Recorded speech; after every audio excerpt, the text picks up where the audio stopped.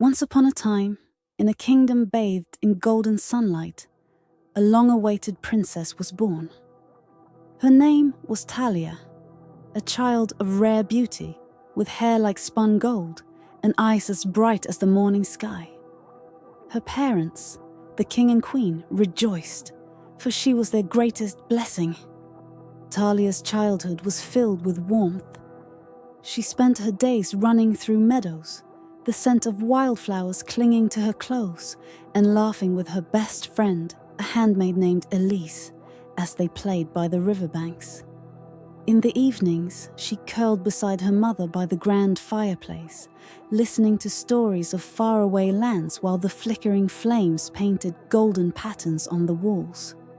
Her father would lift her high into the air, promising that one day she would be a queen, wise and beloved. At her christening, 3 mystic women, cloaked in starlight and wisdom, came bearing gifts, grace, charm, and a voice as enchanting as the song of nightingales.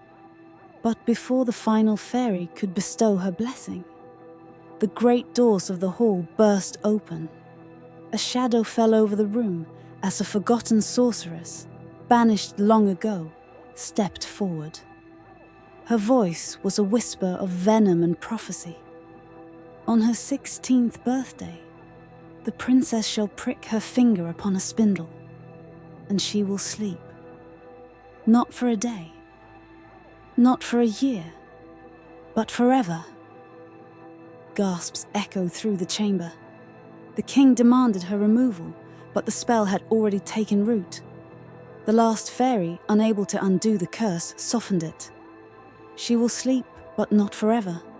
A kiss of true love may wake her. Despite their fear, Talia's life remained full of joy. She danced through flower fields, learned music, and imagined the world beyond the palace walls. Elise would often tease her, saying, "You long for adventure? But what if the world is not as kind as you believe?" Talia would only smile. "Then I shall make it kind." But fate cannot be denied. On the eve of her 16th birthday, Talia, drawn by an inexplicable force, wandered deep into the castle. In a forgotten tower, she found an old woman spinning thread. "Would you like to try, child?" The woman cooed, her voice like brittle parchment. Curious, Talia reached out. The moment her finger grazed the spindle, a sharp sting bloomed through her skin. A wave of darkness crashed over her, and the world faded. The kingdom slept. Time wove its silent shroud over the land, vines curling over stone, dust thickening in the great halls. The once glorious banners faded to brittle remnants, their colors swallowed by age. Clocks stood frozen, their hands unmoving, as if the very essence of time had abandoned the castle. Outside, the seasons cycled in vain. Snow falling upon rooftops where no fires burned, spring awakening flowers that no one would ever see. Travelers whispered of a forgotten castle, a place where time had died. Some who entered were never seen again. Decades passed, then centuries, and then one day, a prince arrived. He knelt before Talia's still form, captivated by her beauty, and pressed his lips to hers. Her eyes fluttered open. Talia awoke in a world of light. The castle, once draped in decay, stood tall and golden. Her parents wept with joy. Elise, unchanged by time, hugged her tightly. And at her side stood the prince, handsome and noble, his eyes filled with adoration. The prince, overwhelmed by his love for her, wasted no time. Within days, preparations for a grand wedding were underway.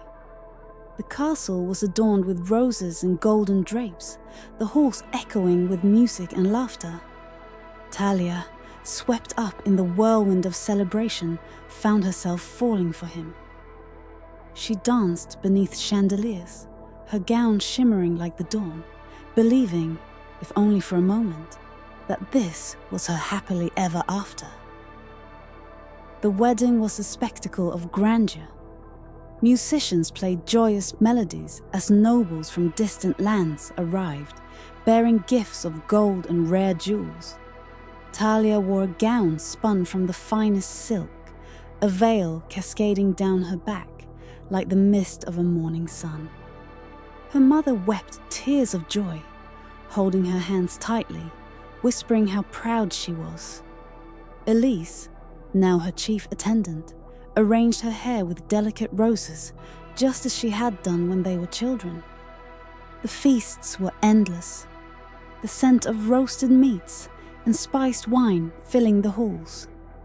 Candles flickered against golden-trimmed walls, casting a warm glow over elegantly set tables. The air pulsed with the rhythm of lively music, couples spinning across the floor in a blur of silk and jewels.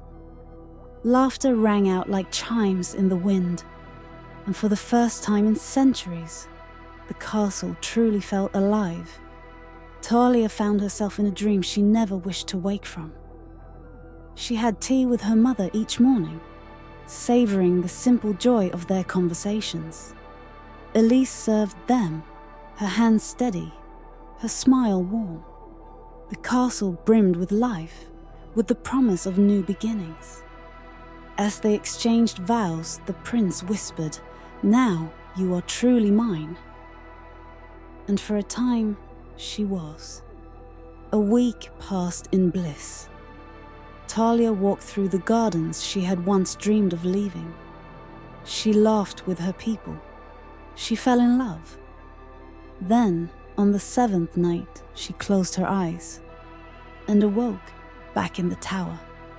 The week reset. The prince arrived again. He kissed her again. She awoke, lived, laughed, loved, and the cycle began anew. At first, she believed it to be a dream. But as the weeks stretched into months, Talia began to notice the cracks. Small details were wrong. Her mother repeating the same words, the scent of flowers never changing, the sun frozen in its place. Then came the whispers. At night, when the castle was silent, Talia heard them creeping through the halls. "You are still asleep, little princess." The voice slithered into her mind, coiling around her thoughts. "This is not your world." She tried to fight it. She wrote messages to herself, pleas scrawled on parchment, desperate reminders inked onto her arms. "You are still asleep," she wrote on the mirror in trembling script. "Wake up." But each morning, her skin was clean, the parchment blank, the mirror reflecting nothing but a perfectly content bride. She attempted to leave the castle, only to be pulled back to her chamber as if by invisible hands. She confronted the prince, desperate. "Who are you? What is this place?" He only smiled, pressing a kiss to her hand. "It is your happy ending." Talia tried to break the cycle. She refused to sleep, fought against the prince's kiss, even flung herself from the tallest tower. But every time she awoke in the same bed, as if none of it had ever happened. Despair wrapped around her like chains. She no longer knew what was real. Had she ever truly lived? Had she ever truly awoken? She tried to hold on to Elise, begging her friend to remember. But each week, Elise simply smiled, as if nothing had ever been wrong. As the next week came to its inevitable end, Talia stood at the edge of her dream, staring into the abyss of her choices. She could feel the weight of eternity pressing down on her, a heavy, endless burden. Tears blurred her vision as she whispered, "If waking means suffering, then let me sleep." She returned to her chamber, her hands trembling as she found the vial of black liquid hidden within an old wooden chest at the foot of her bed. a relic from forgotten times. It had been gifted by one of the 3 mystic women at her christening, a potion meant for eternal rest. She hesitated, staring at her reflection in the window, seeing not a princess, but a ghost of herself. "I just wanted to be happy," she murmured. With a final breath, she drank. Cold seeped into her veins, her body growing heavy, her mind slipping into darkness. This time, there would be no prince to wake her. For the first time in centuries, Talia truly slept. The kingdom slept. And this time, the princess did not wake.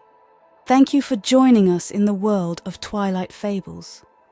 If you enjoyed this tale and want to hear more stories like this, please subscribe and hit the notification bell for more.